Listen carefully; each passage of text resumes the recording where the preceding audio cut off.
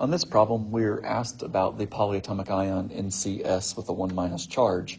The first part of this problem says that there are 3 valid Lewis structures. If we think about what those Lewis structures are, you'll actually find that of the 3, we have these options here. We've got this red option here that features a single bond and a triple bond, with the triple bond falling on the sulfur. We've got the green option, which is essentially the same thing, but the triple bond is falling on the nitrogen instead. And then we have the option where they split them evenly and have 2 double bonds between them. Well, the next question asks to determine which is the most valid using formal charge.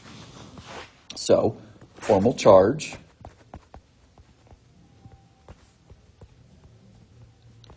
is equal to valence electrons minus assigned electrons. So let's take a look at this red one up here as our starting point.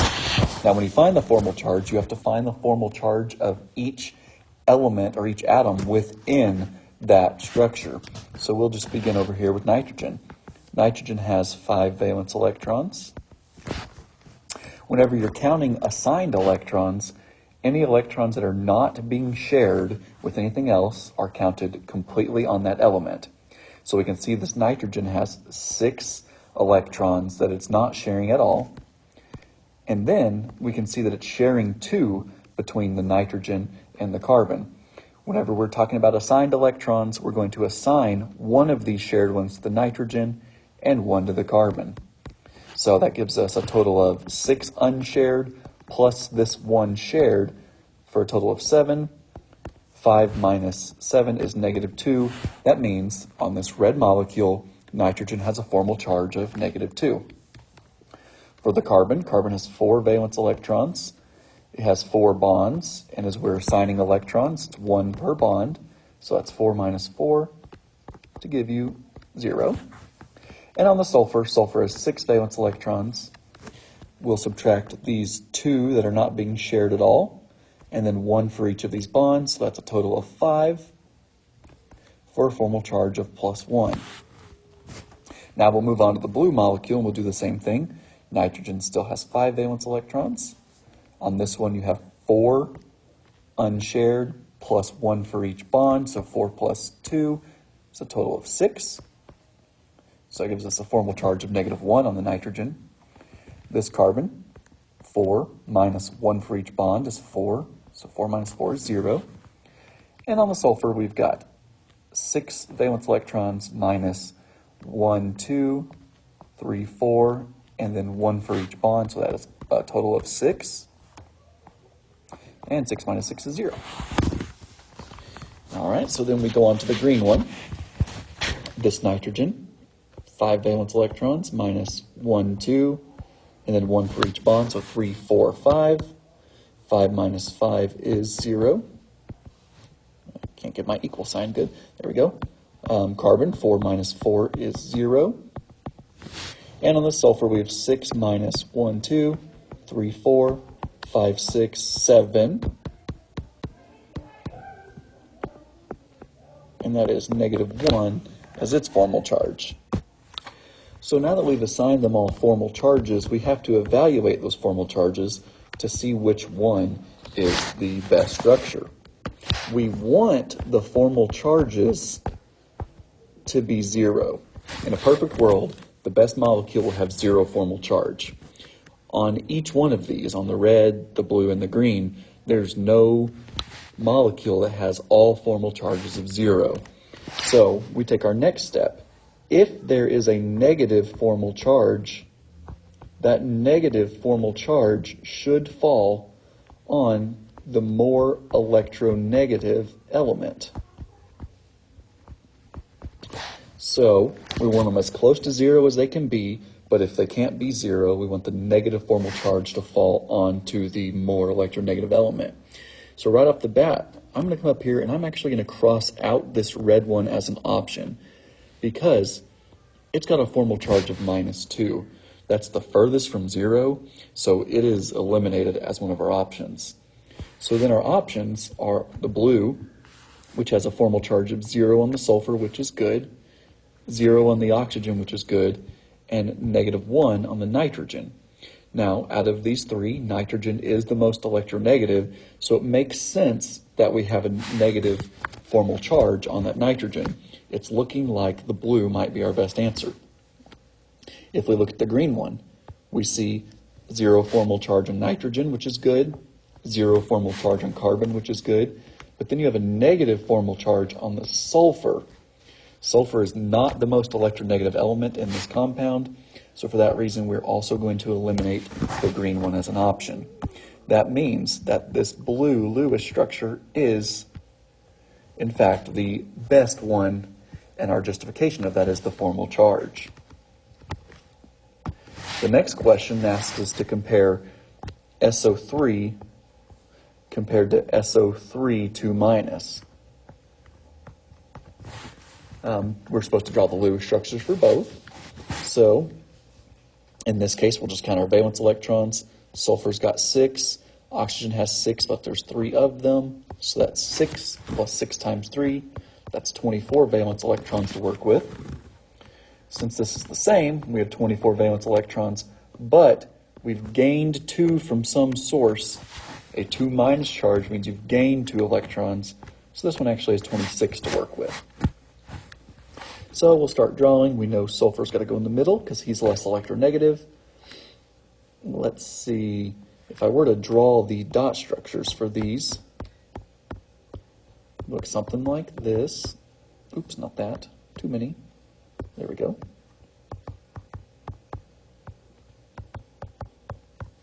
Okay, so out of my 24, I can see that 8 of them are unpaired. So this leads me to believe we should have 4 bonds. So there are going to be 4 bonds being shared or within this molecule. But there's only 3 things connecting to the sulfur, 3 oxygens. So I'm just going to pick one to double bond. And I picked this one.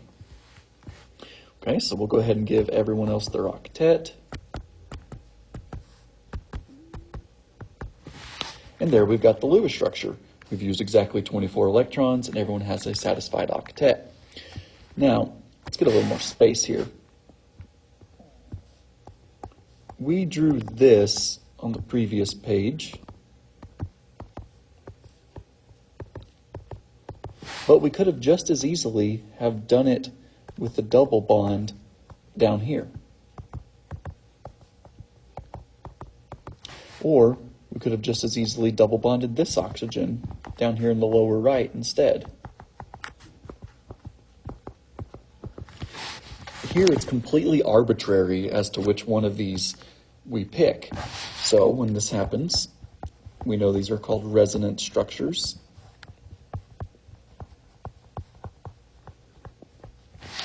And we indicate that these all exist simultaneously by drawing double arrows between them. And what we're saying is that this double bond here actually resonates throughout this molecule. Sometimes, or not sometimes, it's a poor way of saying it, this double bond is existing essentially in all of these locations at once. So we'll come back to that for part B. The next part of part A, coming back to our SO3 2-, when we draw this one out, we actually find, due to these 2 additional electrons, sulfur's still in the middle, but there's not going to be a double bond anymore. These will all be single bonded, and then those remaining 2 leftover electrons have to go onto that sulfur.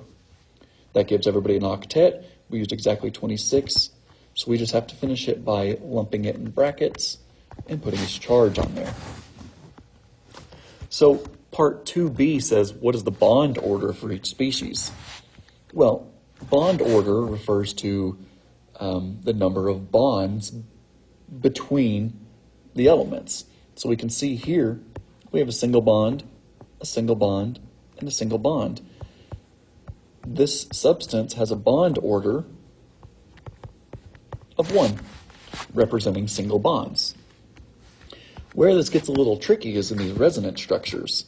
Since this double bond is existing in all of these locations at once, what's happening is you have 4 bonds because there's 2 here, one here and one there for a total of 4. And those 4 bonds are existing simultaneously over 3 locations. So the bond order for this is 4 divided by 3, which is 1 1/3, or 1.33 repeating. This has a bond order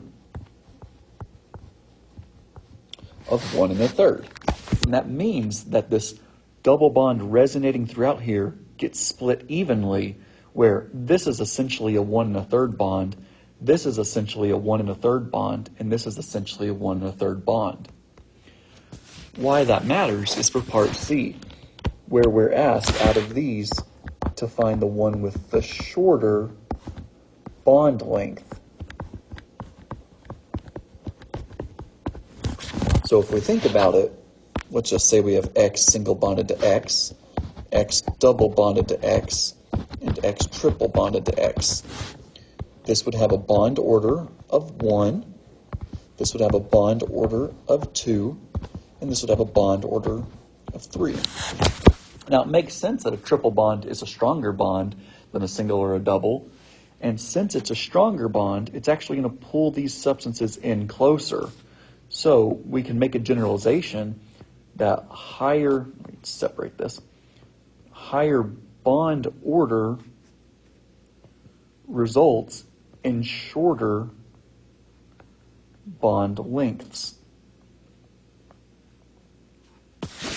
So when we go to compare these two substances, the SO3 has a bond order of 1 1/3 because of the resonance structures, whereas the SO3 minus had a bond order of 1. Well, we just said higher bond orders result in shorter bond lengths. So we would expect the SO3 with a higher bond order to then have shorter bond lengths.